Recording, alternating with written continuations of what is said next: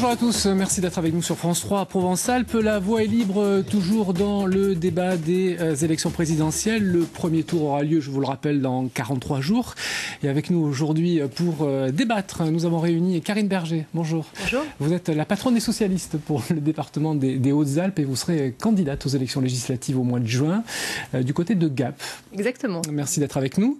Jean-Pierre Girand, bonjour. Vous êtes député UMP de la 3e circonscription du département du Var et vous serez également candidat au mois de juin à ces mêmes élections et vous aurez face à vous Bruno Gollnisch qui sera candidat dans cette circonscription pour le Front National. Vous êtes député européen et vous êtes également conseiller régional pour la région Rhône-Alpes. Oui, merci mais j'espère ne plus l'être. C'est la 3e circonscription. C'est un parachutage ou pas? Comment? C'est un parachutage. Mais j'ai fait déjà beaucoup de sauts, parce que ça fait 52 ans que je viens tous les ans à Hyères et pas seulement pendant les vacances. Jean-Louis Benamias, vice-président du MoDem. Oui, bonjour. Député européen. Bonjour. Oui. Mais il y a 3 personnes qui sont candidates déclarées aux élections législatives. Vous le serez ou pas, candidat? Moi, je m'occupe des élections présidentielles. Non, mais je vous de faire élire François Bayrou. Eh bien, on verra. Oui, il y aura des candidatures MoDem, Mouvement démocrate, ou de soutien à François Bayrou aux législatives. Moi, je serai soit candidat dans les Bouches-du-Rhône, soit dans la Drôme. Prise de température, Karine Berger, dernier sondage IFOP, 29% au premier tour pour François Hollande. C'est plié? Non, rien n'est plié. Heureusement d'ailleurs que en démocratie, rien n'est plié jusqu'au dernier jour. En revanche, c'est vrai que sur le terrain, en tout cas dans les Hautes-Alpes, on a un accueil remarquable des propositions de François Hollande. Les gens sont intéressés par les propositions, par le fond, et ça fait quand même une grosse différence dans les contacts avec les citoyens. Même question, Jean-Pierre Girand, 27%, même sondage pour Nicolas Sarkozy. Est-ce que ça risque d'être compliqué quand même? Écoutez, ce sera compliqué pour tous les candidats. C'est une compétition qui ne s'achèvera que le 6 mai. Mais je crois que Nicolas Sarkozy, aujourd'hui, passe véritablement la cohérence générale du projet. Et j'espère que c'est sur ces sujets-là et sur la capacité à gérer le pays que la décision se fera. Dans un instant, nous allons vous interroger sur 2 thèmes, le pouvoir d'achat et l'éducation. Xavier Colombier est également avec nous, responsable du site internet de France 3 Provence-Alpes. Oui, donc rendez-vous sur notre site http://provence-alpes.france3.fr pour vous, téléspectateurs, pour que vous puissiez réagir, poser des questions, intervenir tout à l'heure dans le débat à partir de midi où je relayerai vos questions. Et si vous n'êtes pas satisfait, si certaines questions restent sans réponse, eh bien, à vous d'intervenir, à vous de vérifier ce qui est dit sur ce plateau, faire du fact-checking, comme on dit. Et on est à votre écoute et je relaie tout ça à partir de midi après le flash. Merci Xavier, à tout à l'heure. Première question, elle vous est posée par un retraité. Elle concerne donc le pouvoir d'achat, mais ce retraité s'inquiète pour les jeunes. Écoutons-le. Alors moi, je m'inquiète surtout pour les jeunes.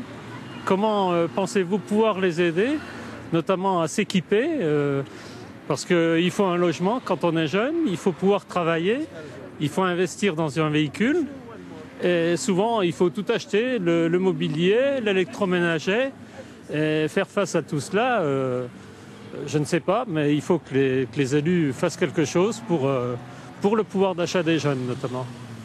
Alors concernés par le pouvoir d'achat, effectivement, les jeunes, Karine Berger, juste pour préciser ce que dit le monsieur, quand on regarde l'augmentation des dépenses contraintes, on s'aperçoit qu'à peu près tout a augmenté, l'augmentation de l'alimentation, l'augmentation du gaz, du mazout, de l'essence. Comment est-ce qu'on peut prendre la main pour éviter qu'il y ait une telle inflation sur ces produits de première nécessité? Déjà, la première inflation, en tout cas pour notre région, c'est la question du logement, comme l'a très bien dit ce monsieur sur les jeunes. La PACA est 13e région sur 20 pour les revenus fiscaux, première région sur 20 pour le prix au mètre carré. Notre logement est inaccessible pour des jeunes travailleurs, pour des jeunes actifs, encore pire pour des jeunes qui cherchent du travail. Donc, il faut d'abord maîtriser le prix du logement et en termes de pouvoir d'achat, notre proposition est simple. Dans toutes les zones où il y a une forte pression sur les loyers liés notamment à des pressions touristiques, nous on propose de limiter les loyers, de reprendre la main sur l'évolution des loyers, de bloquer le dérapage des loyers. C'est la seule solution pour que les jeunes de notre région et notamment de mon département puissent trouver un endroit pour loger, y compris quand ils travaillent. Jean-Pierre Girand, l'éventualité de construire 30% de logements en plus, qui est une idée qui a été proposée par Nicolas Sarkozy, est-ce que ça peut régler ce type de considération? Je ne crois pas qu'une seule mesure... Parce que là, il n'est pas question de prix, il est juste question de construire plus. Mais est-ce que ça va avoir un impact sur le prix du logement? Il y a une relation directe entre l'offre de logement et le prix. C'est parce qu'il y a une rareté que le prix est aussi élevé. Je crois qu'il y a quelques modalités à mettre en œuvre. Par exemple, les aider dans la caution exagérée qui est parfois demandée pour leur permettre l'accès, faire des logements pour actifs. Et je crois que les municipalités, certaines l'ont fait, à Saint-Raphaël par exemple, se sont engagées pour faire don ou en tous les cas donner un foncier à des prix mesurés pour que le prix des loyers et des logements soit diminué. Mais je crois que la priorité des priorités, c'est la formation et l'emploi. Le premier des revenus, le premier des pouvoirs d'achat, c'est pouvoir travailler. Et quand on voit la difficulté, le niveau du taux de chômage pour les jeunes, je crois que c'est ça qui doit être la priorité, par la formation, par l'apprentissage et par une priorité donnée à des voies professionnelles. Bruno Gollnisch, sur le logement. Sur le logement, le blocage des loyers n'arrangera rien, contrairement à ce qu'a dit Mme Berger. Et il faut évidemment construire. Et il est regrettable que l'UMP découvre cela seulement en fin de mandature, en quelque sorte. Il faut construire pour augmenter l'offre de logement. Il faut aussi, et c'est vrai, que les jeunes aient un emploi, parce que c'est la première des ressources, c'est la première des dignités. Et pour cela, il faut réindustrialiser notre pays, arrêter la fuite dramatique des emplois par le biais des délocalisations, d'une concurrence abusive. C'est la raison pour laquelle il faut une protection raisonnable de la préférence nationale par rapport aux logements sociaux, ça c'est clairement écrit dans votre programme. Vous pensez que ça peut régler ce type de problème? Oui. Quand vous pensez qu'un maire centriste d'ailleurs, à Pierre-Latte par exemple, s'est retrouvé en correctionnel parce qu'il a dit on a donné beaucoup de tous les logements sociaux de la commune à des Algériens, des Marocains. Il faudrait peut-être que là, sur ce dossier, on choisisse plutôt un Français. Il s'est retrouvé en correctionnel, n'est-ce pas? Monsieur Mouton, président, je vous donne la référence, du Conseil général de la Drôme et maire de Pierre-Latte. C'est tout à fait scandaleux. Il est assez naturel que les Français soient prioritaires chez eux, comme les étrangers le sont dans leur propre pays. Et nous sommes les seuls à le dire. L'extension du RSA à tous les jeunes adultes, Jean-Luc Benamias, pour une meilleure insertion et pour un retour à l'emploi. Ça, c'est une des idées proposées par le MoDem. Donc, c'est une dépense supplémentaire. Est-ce que vous me permettrez, Monsieur Bézère, de redémarrer comme vous avez démarré l'émission? Mais je vous en prie. Vous donnez les résultats d'un sondage. J'aimerais bien que vous répondiez aussi à ma question. Mais je vais y répondre. Et vous donnez 2 résultats de sondage. Et puis, c'est pas le second tour encore, on est dans le premier tour. Ah oui, mais donc vous posez la question. Absolument pas. Vous posez la question à ceux. Mais non, je prends ça très tranquillement. Mais toute la campagne se déroule comme ça depuis le départ. 11,5. Oui, très bien. Pour Monsieur Bayrou. Voilà. Il y a d'autres candidats et d'autres candidates dans cette élection. Nous sommes au premier tour. Nous ne sommes pas encore au second tour. Donc le jeu n'est pas fait. Pour le RSA, bien sûr qu'il faut l'élargir. Voilà. Bien sûr qu'il faut améliorer totalement les performances après d'accès à l'emploi. C'est-à-dire que le RSA ressemble comme 2 gouttes d'eau, malheureusement, au RM, au revenu minimum, où on avait oublié, le revenu minimum d'insertion. L'insertion n'était pas encore mise en place. Donc il faut améliorer tout cela. Pour le reste, dans les propositions de François Bayrou, il y en a une qui est assez simple, qu'il avait déjà fait en 2007, qu'il a évidemment réduite en fonction de la crise dans laquelle nous vivons aujourd'hui, qui est premier emploi sans charge dans toutes les entreprises, et notamment, essentiellement, chez les artisans et les PME. Oui, alors sur le pouvoir d'achat, il y a la défiscalisation aussi des heures supplémentaires. Nicolas Sarkozy propose effectivement de reproduire ce schéma. Le Parti socialiste dit non, il faut arrêter ça parce que ça n'a profité qu'à un petit nombre. Vous pensez qu'effectivement, en arrêtant ça, on ne va pas gréver le pouvoir d'achat des gens qui en ont profité et qui continuent aujourd'hui à en profiter? L'UMP veut nous faire le coup tous les 5 ans pendant combien de siècles? Il y a 5 ans, on nous a expliqué il n'y a pas de problème pour régler le pouvoir d'achat, il suffit de travailler plus pour gagner plus. La conséquence, monsieur le député, mais ça vous devez être au courant, c'est que dans notre région, un emploi sur 2 qui a été détruit en 2009 n'a jamais été reconstruit. C'est ça la réalité. Vous dites aux jeunes travailler pour gagner de l'argent, mais il n'y a pas d'emploi. Il n'y a pas d'emploi à cause d'une politique économique qui a détruit véritablement un certain nombre de sites industriels. Donc la question, elle est bel et bien celle de l'emploi, celle du salaire, celle du pouvoir d'achat en urgence, et ça passe par une action sérieuse sur les prix de la vie quotidienne pour beaucoup de familles. Jean-Pierre Girand vous répond. Oui, je regrette que vous mettiez l'accent sur les difficultés particulières de la région PACA, ce qui veut dire sans doute que la politique qui est menée n'est pas positive au plan du Conseil régional. Mais je crois qu'il faut, quand on commence un débat, il faut dire la vérité. On parle de pouvoir d'achat. C'est vrai qu'il y a des difficultés, il faut les noter. Mais quand on regarde les comparaisons européennes, la France est le pays d'Europe où le pouvoir d'achat a le plus progressé depuis 3 ans.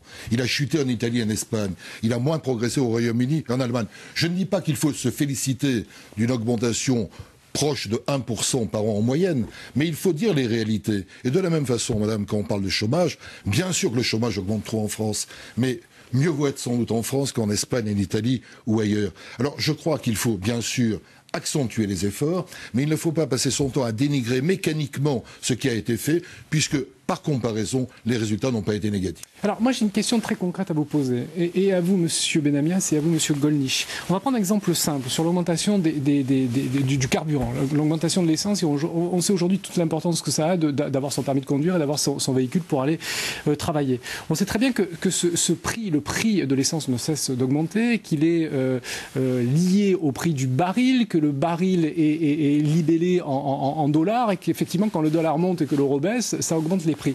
Comment est-ce qu'on peut faire en sorte de diminuer le prix de l'essence quand on n'a pas la main sur ce type de considération? Comment fait-on? Eh bien déjà, monsieur, il faut déployer tous les efforts possibles pour éviter que la guerre n'éclate entre Israël et l'Iran. Parce que si c'est ça, c'est la fermeture. Non, mais excusez-moi. Mais on ne parle pas des problèmes internationaux qui sont très importants, qui peuvent conditionner la ruine de notre pays. Si le détroit d'Ormuz est fermé, le prix du baril de pétrole triple immédiatement, et là l'économie risque de s'arrêter complètement. Deuxièmement, je pense que et c'est dans le programme de Marine Le Pen, s'il y a une augmentation sensible du prix du pétrole, il faut baisser en proportion la taxe intérieure sur les produits pétroliers, que malheureusement sur la recommandation des écologistes, les socialistes, anciens écologistes, ancien vert, mais toujours écologiste. Voilà, des verts, enfin bon, et le supplétif des socialistes et communistes dans les conseils régionaux, qui est systématiquement mise au taquet maximum, d'ailleurs dans tous les conseils régionaux. Jean-Luc Benamias, la TIPP qui a été évoquée par Bruno Gollnisch, on sait que le prix est fixé par la loi, c'est la loi qui fixe le montant de la TIPP, et que ça correspond à 60% du prix de l'essence. Oui. On peut jouer là-dessus? Non, de mon point de vue et du point de vue de François Bayrou, on ne joue pas là-dessus. Non. Non, il faut que de l'argent rentre dans les caisses de l'État, puisqu'il faut rembourser d'énormes dettes publiques, notamment que nous avons accumulées depuis près de 30 ans. Pour le reste, nous avons, au dehors du fioul, par rapport au carburant réellement existant et potentiellement existant dans notre pays, il en existe un très simple qui s'appelle l'huile végétale. L'huile végétale, on prend les restes de végétaux qui n'ont pas été utilisés et on en fait de l'huile. Alors ça a de l'intérêt, c'est tout à fait valable pour PACA, mais c'est valable pour l'ensemble des régions françaises, ça a un intérêt dans la proximité. On peut produire avec ça, je peux vous dire, à peu près 10 à 15% des besoins dont nous aurions pour nos concitoyens, et ce qui baisserait évidemment le prix. Vous savez que dans un moteur diesel, je le rappelle juste à nos concitoyens, aujourd'hui, on peut mettre plus de 50% d'huile végétale dans le moteur diesel. Ça déjà, vous voyez, et ça dépend de nous, ça dépend de la production en France par rapport à cela. Pour le reste, je crois qu'on a besoin, par rapport aux salariés, qui ont vraiment besoin, notamment dans le monde rural, d'utiliser la voiture parce qu'ils n'ont pas de transport collectif et c'est impossible à mettre en place, on a besoin d'aide et ça passe pour moi par des conventions collectives entre les salariés et les entreprises, voir comment on aide. Et pour le reste, au niveau des centralisations, je pense que les conseils régionaux, les conseils généraux peuvent voir comment ils aident les salariés à ne pas dépenser tout leur argent en allant à leur travail. Alors justement, quand on regarde les recommandations de l'OFCE, l'OFCE c'est l'Observatoire français des conjonctures économiques, donc un organisme plutôt sérieux, il recommande d'augmenter les salaires, augmentation du SMIC, 1 700 €, le Front de gauche propose, brut, ce qui est voilà, une idée proposée par le Front de gauche, augmentation du SMIC, du RSA, augmentation préconisée entre 5 et 10%. Est-ce qu'on a les moyens de cette ambition-là? En tout cas, on a les moyens de faire en sorte que, contrairement à ce que je viens d'entendre de façon incroyable, on règle un problème de pouvoir d'achat qui devient très aigu dans ce pays et qui peut bloquer toute la croissance économique. La proposition de François Hollande en matière de SMIC est simple. Non seulement, évidemment, il faut que le SMIC continue à évoluer avec l'inflation, parce que ça, c'est la base du pouvoir d'achat. On ne peut pas demander à quelqu'un de continuer de vivre si son salaire évolue pas avec les prix de tous les jours. Mais en plus, chaque fois qu'on a de la croissance économique, c'est-à-dire chaque fois qu'une entreprise arrive à faire encore plus de richesse, les gens qui sont au bas de l'échelle, qui sont au SMIC, ils en toucheront forcément une petite partie. Déjà ça permet de recréer une forme de lien, c'est-à-dire que quand on bosse dans ce pays, on récupère une partie de ce qu'on a créé comme richesse. Enfin, c'est plus les 30 glorieuses, c'est une époque que vous connaissez bien, vous avez écrit un bouquin là-dessus. Est-ce qu'aujourd'hui, on est en capacité d'augmenter le SMIC ou le RSA? Et est-ce que c'est une des priorités de François Hollande? Et après, on fera un tour de table général.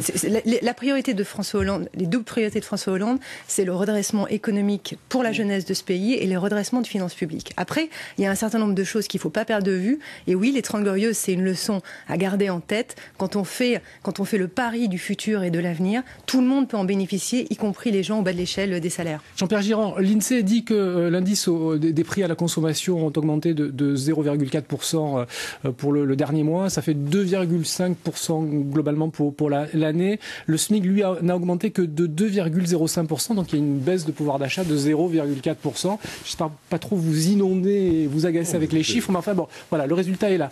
Comment est-ce qu'on... Pardon ? Ils sont assez simples, ceux-là. Oui, non mais tous les chiffres pour moi sont compliqués. Donc bon. Non, très bien. C'est un calcul mental très important, a dit François Bayrou. Absolument.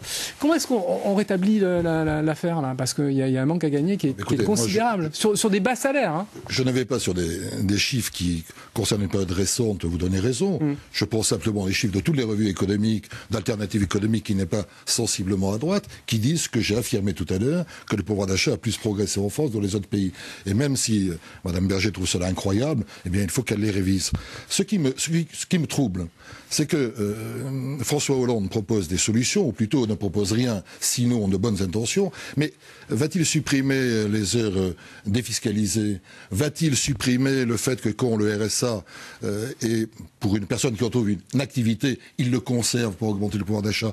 Est-ce que toutes ces décisions, par exemple pour les fonctionnaires, la possibilité de donner aux fonctionnaires 50% du 1 sur 2 économisé quand ils partent à la retraite. Si toutes ces mesures sont supprimées, c'est l'ensemble des mesures ponctuelles sur le pouvoir d'achat qui le sont également. Alors je veux bien qu'on ait de grandes intentions, on va réduire les déficits publics, curieusement, en augmentant les dépenses publiques. Mais je crois qu'il faut quand même regarder ce qui est fait et assumer alors le fait qu'on va supprimer l'ensemble des décisions qui ont été prises et qui ont conduit à un résultat positif. Monsieur Gollnisch. Oui, ce que dit Monsieur Girand n'est pas tout à fait exact. Quand il dit que le pouvoir d'achat a augmenté en France plus que dans les autres pays, il a augmenté beaucoup moins que dans d'autres pays. Il s'est moins dégradé, c'est vrai peut-être qu'en Espagne ou qu'au Portugal. C'est-à-dire que dans les pays de la zone euro, qui sont à la traîne de l'économie mondiale dans ce domaine. Et la moyenne du pouvoir d'achat n'est pas forcément un bon indicateur, parce que le nombre de pauvres, par exemple, de gens qui sont en dessous du seuil de pauvreté, lequel est à 949 euros par mois, c'est pas pour une personne seule. C'est très difficile quand même de vivre avec ça. Mais ils ont augmenté depuis 2008 et ils sont aujourd'hui plus de 8 millions. Donc la situation à cet égard est dramatique. Je pense que nous sommes tous autour de la table ici pour l'augmentation du pouvoir d'achat.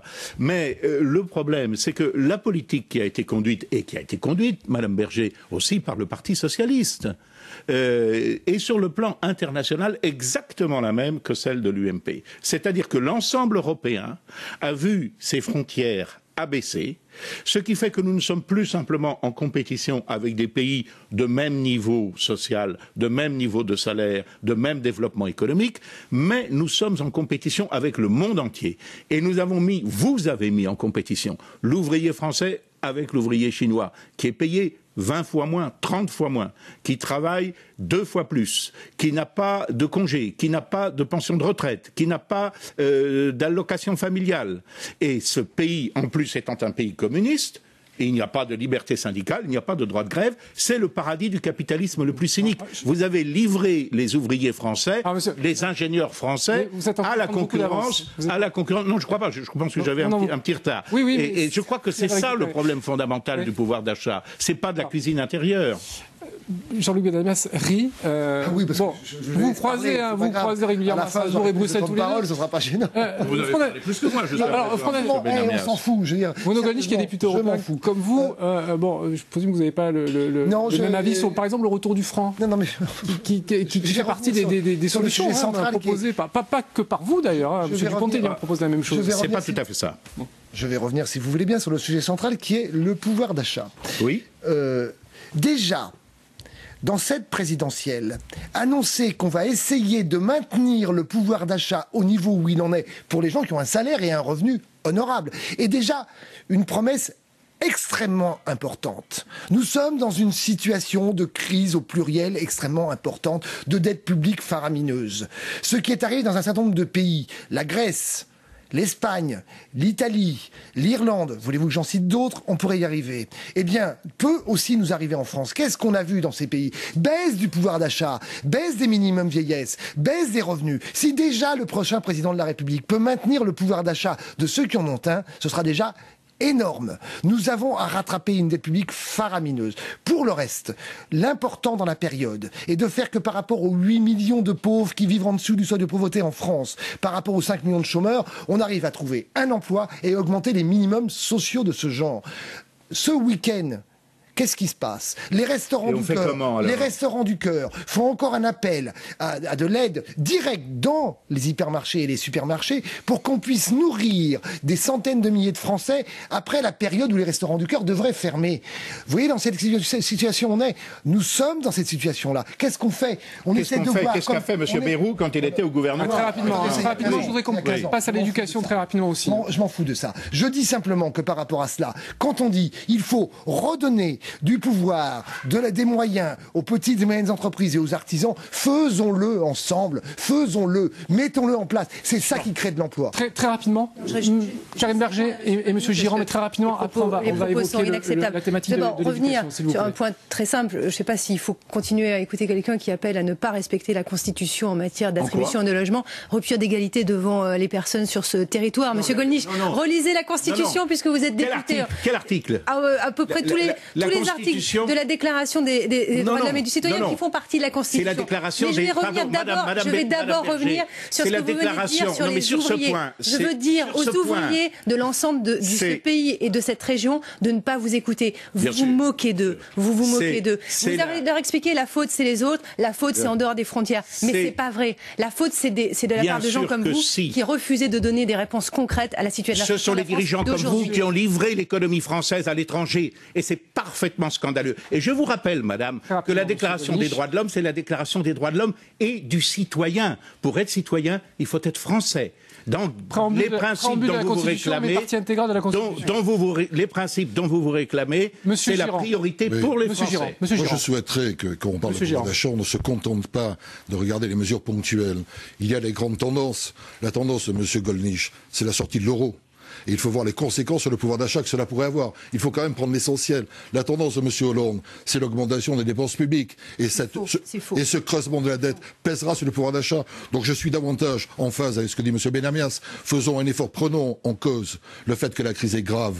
Et ayons une politique très forte de réduction des déficits. Et faisons le maximum pour que les allocations les plus difficiles soient assurées. C'est ce que nous avons essayé de faire. Dans un contexte de crise économique qui paraît totalement absent. On parle comme si on n'avait pas dû affronter 3 crises majeures. Eh bien aujourd'hui, où il semble que l'on aille un peu vers la sortie du tunnel, c'est vrai qu'il faut appeler à la responsabilité et non pas à des mesures qui sont du rêve ou dangereuses, de mon point de vue. Si la Grèce était restée avec la drachme, je pense que sa situation serait moins pénible aujourd'hui que alors que nous avons injecté 130 milliards d'euros. Si la Grèce sortait, la drachme serait dévaluée de 80% et le pouvoir d'achat le retour en France, c'est 200-300 milliards d'euros de plus immédiatement qui se rajoutent à la dette. Pardon. Enfin, en tout cas, tous les analystes disent quoi? Si on rebascule aux francs, ce qui pose aucun problème institutionnel formel, c'est 200 à 300 milliards de plus qui se rajouteraient instantanément. Mais qu'est-ce que dette de la France? Mais j'aimerais bien qu'on passe. Non, mais excusez-moi, votre commentaire est tout à fait partisan. Ah non, il n'est pas partisan. C'est pas moi qui le dis. C'est toutes les analyses qui le disent. Écoutez, le passage à l'euro et ses conséquences catastrophiques a été anticipé par notre seul prix Nobel d'économie, qui n'est pas encore... Monsieur Allais. Qui était Monsieur Allais. Et Monsieur Allais, c'est souvent... Allez, il va rester très peu de temps pour l'éducation et on a plein d'universitaires autour de la table. Allez-y, je vous en prie. La France sortant de l'euro, mais la construction de l'Union européenne s'arrêterait immédiatement. Comment voulez-vous qu'un des grands pays constructeurs... Et la dette libellée en euros. Et la dette libellée en euros. Et le choc d'une monnaie molle avec une monnaie forte. On passe à l'éducation. Une question vous est posée par Laurent Tramoni, c'est le responsable du SNES pour l'Académie d'Aix-Marseille. Écoutez-le. Je suis très content de pouvoir poser une question aux représentants des candidats aux élections présidentielles, car l'éducation nationale, aujourd'hui, c'est un enjeu majeur, nous semble-t-il, pour le pays. Nous traversons une crise économique très grave et je souhaiterais savoir ce que les candidats aux élections présidentielles pensent de l'éducation nationale comme étant un atout pour sortir de cette crise économique. Ne faut-il pas investir dans l'éducation pour améliorer la qualification de tous les salariés de France, innover, travailler à la recherche pour que notre pays ait des atouts dans la compétitivité internationale? Karine Berger. Évidemment, enfin, je veux dire, la situation. François Hollande a dit « Je vais mettre une priorité à mon mandat si je suis élu, c'est la jeunesse, l'éducation ». Le massacre de l'éducation nationale qui a été perpétré depuis ces 5 dernières années est scandaleux. Vous évoquiez, monsieur, tout à l'heure, le salaire des fonctionnaires. C'est vous, c'est votre gouvernement qui a gelé le point d'indice pour l'ensemble des professeurs et des instituteurs, des professeurs d'école dans ce pays. La leçon est bien apprise, mais je dirais elle est erronée. Il se trouve que j'étais à la direction du budget à ce moment-là, donc je la connais bien. C'est moi qui ai suivi le dossier. L'augmentation de 20% pour tous les jeunes enseignants. Personnellement. Karine Berger finir et puis après vous répondrez. Donc on est les seuls dans cette élection à dire notre objectif, c'est de reconstruire l'éducation nationale parce qu'il faut commencer par le commencement, il faut commencer par l'enseignement. 60 000 postes créés dans l'éducation nationale, c'est la fin des recrutements par Pôle emploi des CPE dans cette région. C'est la fin des fermetures de classes, c'est la fin des fermetures d'écoles. C'est un choix d'avenir du pays. Karine Berger, 60 000 emplois créés dans l'éducation nationale sur le quinquennat. Hein, en 5 ans, ça en fait 12 000 par an. J'ai fait juste, Jean-Louis Benamias? Bon, très bien. Merci, je vous remercie. J'ai 2 questions à vous poser. Comment on trouve 60 000 personnes qui souhaitent travailler dans l'éducation nationale lorsqu'on sait que ce métier est très dévalorisé et qu'aujourd'hui, on manque de volontaires? Ça, c'est ma première question. Deuxième question, comment on les finance, ces postes-là? Deuxième question, comment on les finance? Il faut savoir qu'actuellement, dans notre pays, 50 000 à 60 000 personnes de la fonction publique partent chaque année en retraite. Il s'agit tout simplement, sur ces 60 000 postes, d'en utiliser entre guillemets 12 000 pour recruter de nouveaux professeurs ou autres, d'ailleurs, infirmiers, RASED, etc., et les remplacer. Donc c'est à coût identique. Deuxième chose, comment on les motive? C'est très simple. Le jour où on dit, on arrête de dire, comme l'a fait M. Sarkozy pendant des années, que la culture, ça ne sert à rien, que l'éducation de base, de lecture, d'apprentissage, c'est quelque chose qui n'est pas utile dans la vie, petit à petit, le corps enseignant retrouve une forme de dignité et revient passer un certain nombre de concours. François Hollande a fait un appel très clair. Il a dit tous les jeunes qui veulent passer le CAPES, la GREG, allez-y, parce que nous, on va recruter si on est élu. Monsieur Girand, 14 000 postes supprimés en 2012. Vous êtes universitaire, hein, donc c'est un monde que vous connaissez bien. 14 000 postes supprimés en 2012, 16 000 en 2011, 504 dans l'académie d'Aix-Marseille. On va continuer comme ça pendant longtemps? On peut le regretter ponctuellement, mais je voudrais rappeler quand même des chiffres très simples. Je voudrais noter l'agressivité de cette jeune femme sympathique, mais qui, je crois, n'écoute pas les arguments et récite son bréviaire. De 90 à 2007, en France, il y a eu 35 000 professeurs en plus, 563 000 élèves en moins. Ce n'est donc pas un problème que de moyens, c'est un problème de méthode. On ne peut pas simplement résoudre le problème de l'éducation nationale en embauchant des professeurs qui n'existent pas. Parce que si vous voulez demain recruter au CAPES, recruter à la GREG, alors qu'on est en train de baisser systématiquement le niveau de la note pour avoir les effectifs souhaités, je crois que vous allez dévaloriser l'enseignement. En réalité, que faut-il faire? Il y a 2 principes. Il faut essayer de sortir de l'uniformité. On ne peut pas mettre dans les classes. Les élèves sont différents aujourd'hui. Le monde a changé. L'école ne change pas. Il faut la faire évoluer. Et il faut transformer une éducation de masse en éducation plus personnalisée. Et la deuxième obligation, me semble-t-il, c'est de réhabiliter des valeurs communes fortes que l'évolution de la société a un peu dissipées. Je pense à la laïcité, au respect et à l'autorité. Voilà ce qu'il faut faire. C'est du qualitatif et pas purement du quantitatif. Jean-Luc Benamias, l'éducation, enfin le poste budgétaire pour l'éducation nationale, c'est le premier budget de l'État, 61 milliards d'euros. Vous proposez de l'augmenter encore plus. C'est dans le programme, hein. Augmentation du budget de l'éducation nationale. On propose de maintenir les moyens de l'éducation nationale et de faire que toute la déstabilisation générale qui existe dans le monde de l'éducation, c'est une profession aujourd'hui qui est totalement déstabilisée, de bas en haut, même de la maternelle à l'université. Et c'est pas depuis 5 ans, c'est depuis 10 ans ou 12 ans. Donc revalorisation. On peut pas augmenter les moyens, on peut les maintenir. Plus de fermeture de classe. Je vous ai entendu.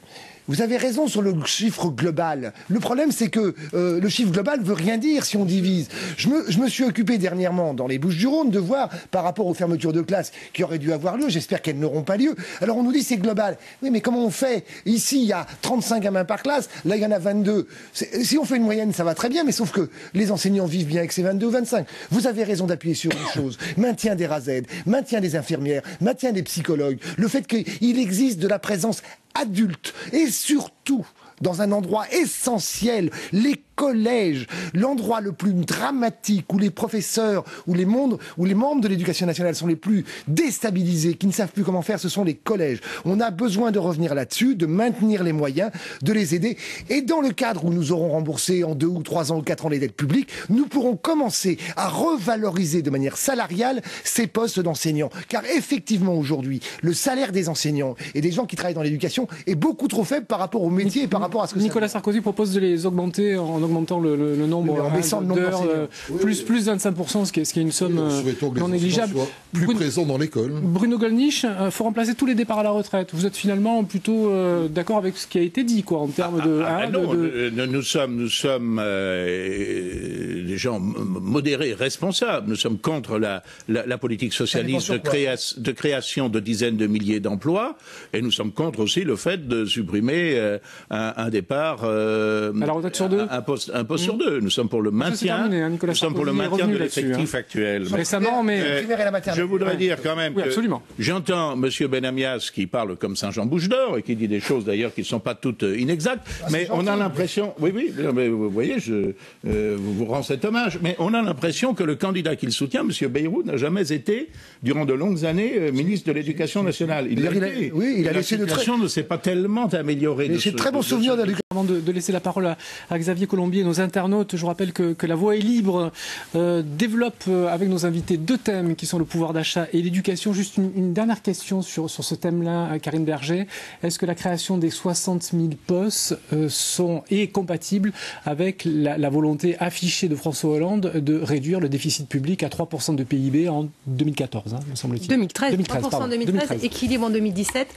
Contrairement à ce que j'ai entendu tout à l'heure, la part des dépenses Est-ce que c'est compatible publiques, c'est compatible. La part des dépenses publiques baissera pour la première fois, si François Hollande est élu, pour la première fois de l'histoire de la France depuis 1973 sur la mandature. 60 000 postes créés. 60 000 postes créés parce que dans le même temps, parce que le nombre de fonctionnaires ne bouge pas sur l'ensemble des 5 ans, tout simplement. Il y a gel du nombre de fonctionnaires total. On remplace et on met la priorité sur l'éducation, toujours l'éducation. Demandez alors à Mme Berger quel type de fonctionnaires vont voir leur effectif diminuer, puisque le nombre total ne bouge pas. Elle va vous répondre. Globalement, on a des départs à la retraite dans toutes les administrations. Dans toutes les administrations, départ à la retraite. Voilà, et il y a certains. Donc vous avez choisi de faire un truc bête et méchant, c'est-à-dire 1 sur 2 par remplacé. C'est dommage qu'une jeune femme charmante ait toujours un vocabulaire inadapté. Un peu vif, mais inadapté. Les approches strictement comptables en matière de politique me paraissent toujours. Oui, pour un économiste que je suis, tout à fait. Beaucoup trop simpliste. Et pour l'économiste que je suis aussi, beaucoup trop court-termiste. On va faire quelque chose de plus précis, c'est-à-dire qu'on va revérifier dans chaque administration où sont les besoins, et là où les besoins sont moins importants, on choisira de basculer sur l'éducation, les moyens disponibles. Et donc on ne sait toujours pas où on va diminuer le nombre de fonctionnaires, puisqu'il faudrait le dire. Est-ce que ce sont les infirmiers? Est-ce que ce sont... Et c'est ça le socialisme. Oui, on rêve. C'était d'ailleurs la ligne de tension entre Martine Aubry et François Hollande. On se souvient d'un débat où effectivement il y avait un petit point de désaccord sur cette question-là. Xavier Colombier, les internautes ont la parole. Oui, ils ont la parole sur http://provence-france3.fr. Première question, Guy Tessier, président de la commission de la défense nationale et maire de secteur à Marseille, demande aux futurs mariés de signer une charte de bonne conduite afin d'interdire les drapeaux et les signes religieux lors de la cérémonie en mairie. Pensez-vous adopter sa proposition de loi à l'Assemblée si vous êtes élu en juin? Monsieur Gollnisch. Oh, écoutez, il n'y a pas besoin de proposition de loi. C'est comme le voile intégral. On a fait tout un foin sur cette loi. Il suffit que le maire puisque M. Tessier est maire, applique un règlement très simple. Il a le pouvoir de police à l'intérieur de... Donc le législateur, c'est pas la peine que le législateur s'empare... Pas du tout, et pas du tout. Je pense qu'il faut que les gens exercent leurs responsabilités. Vos anciens affiliés à Orange. Oui, par exemple, oui, c'est ça, parce qu'il exerçait ses responsabilités, bien sûr. De la même façon, d'ailleurs, le voile intégral, il n'était pas besoin de faire une loi là-dessus. Il y avait un décret qui stipulait qu'en France, sur la voie publique, on doit être à visage découvert, avec une tolérance le jour du carnaval pour des raisons de sécurité publique. Sur cette question. J'aime bien M. Guy Tessier parce que je trouve qu'il s'occupe très bien du parc national des Calanques. Mais là, je suis en total désaccord avec lui. Ça ne sert à rien. Ça ne sert à rien. Et globalement, quand on est maire ou maire adjoint et qu'on officie pour des mariages... Candidat aux élections législatives, M. Tessier, il y a peut-être aussi... Non, je crois que ça n'a rien à voir. Non, mais c'est ce qu'il pense lui. Voilà. Moi, je ne le pense pas. Je pense qu'on doit respecter, évidemment, l'aspect républicain du mariage, mais aussi l'aspect festif. Moi, ça ne me dérange en rien qu'il y ait des gens qui arrivent, si c'est tout ça dans le respect de la mairie et de l'instance, qui arrivent déguisés. J'ai fait des mariages, de tout cela où les gens étaient heureux, contents, ils respectaient les règles de bienséance, ça me suffisait. Xavier. Autre question à peu près sur le même thème. Les processions religieuses à Marseille comme à Lourdes sont-elles une atteinte à la loi de 1905 sur la laïcité, avec la circulation et le stationnement interdits et des chants et des objets religieux déployés dans la rue? Karine Berger, quel est votre sentiment là-dessus? Franchement... Marseille et ailleurs, on pourrait retranscrire les processions religieuses, il y en a partout en France. Je pense que le principe de laïcité a été plus que explicité par le Conseil constitutionnel depuis de longues années. Dans un cadre public, il faut être très strict sur la non-démonstration religieuse. Dans un cadre beaucoup plus ouvert et qui n'est pas une administration publique, à partir du moment où les choses sont organisées, je ne vois vraiment pas en quoi ça pose un problème de rupture avec la loi. Disons-le, chez beaucoup de politiciens, quand on parle respect de la laïcité, tout de suite on pense aux musulmans.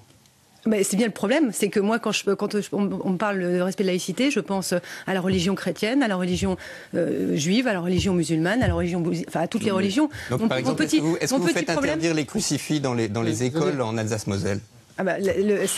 C'est sous accord particulier l'Alsace-Moselle. Le vieux débat. Voilà. C'est sous accord particulier l'Alsace-Moselle. Tout ça est jugé depuis 100 ans par le Conseil. Monsieur Girand. Non, je crois que toutes les religions doivent respecter la République, mais c'est vrai que les difficultés que l'on a pu connaître récemment avec les prières de rue, notamment à Paris, justifiaient une intervention pour que la rue soit rendue à sa liberté. Respect de toutes les religions dans l'intimité et le privé, mais respect de la République. Et je crois qu'il y a aujourd'hui une obligation de le faire respecter. Quant au drapeau, moi je suis pour le drapeau, mais le seul drapeau tricolore dans la mairie. Mais pourquoi? Bien entendu. Parce que c'est notre République. Pourquoi ça vous gêne? Bien sûr. Quand il y a des résultats et des victoires au niveau de sport professionnel, de sport de haut niveau, dans les rues de Marseille, dans les rues de Paris, dans toutes les rues de France. Mais pas dans la mairie. À l'extérieur de la mairie. Arrêtez. Pas dans une mairie de la République. Mais la mairie, c'est la maison commune vous voulez créer de la des conflits là où il n'y en a pas. Pas du tout. Monsieur Girand, allez-y. Oui. Non, mais simplement, je crois qu'à l'extérieur, on peut fêter comme on le souhaite, si on ne porte pas atteinte à l'ordre public, mais à l'intérieur d'une mairie, je crois que tout le monde doit rester les règles de la République, respectées. Autre question, Xavier. Une question très régionale et polémique encore. Comptez-vous interdire les courses de taureaux où l'on fait souffrir l'animal par plaisir? Comptez-vous interdire la chasse où on lâche chaque année des millions d'animaux pour avoir le plaisir de les tuer et certains d'entre eux blessés meurent dans des souffrances pires que celles engendrées par l'abattage halal? C'est pas franchement une question idéologique, mais bon, on va faire. Les internautes ont la parole, donc on va faire un tour de table là-dessus. Allez, Karine Berger, on commence par vous. Alors la réponse est non, on n'a pas l'intention d'interdire tout ça. Pourquoi? Parce que c'est une question aussi de vie en commun, d'équilibre culturel. Il y a des choses qui doivent être discutées régulièrement. Notre société évolue, nos réflexes et nos idées sur certaines questions évoluent, mais je pense que la relation à la culture d'un certain nombre de pratiques ne doit pas non plus être abandonnée par pur, j'ai envie de dire, besoin de défendre une certaine ligne. Monsieur Girand. Bon, mais il ne faut surtout pas supprimer la chasse, mais il faut que les chasseurs respectent le droit. Et les bons chasseurs sont de bons défenseurs de l'environnement, à titre d'exemple. Les mauvais chasseurs sont des prédateurs qu'il faut interdire. Bon, allez, on va passer à une autre question. Allez, une autre question, Xavier. François Bayrou demande un gouvernement d'union nationale comme en 1945 avec De Gaulle. Êtes-vous prêt à répondre à son appel à l'union sacrée pour faire face? François Bayrou qui avait l'air de dire qu'il était plus proche de Dominique de Villepin que je l'ai lu dans la presse, ne regardez pas comme ça, Jean-Luc Benamias. À chaque fois que je vous pose une question, vous me regardez avec des yeux écarquillés.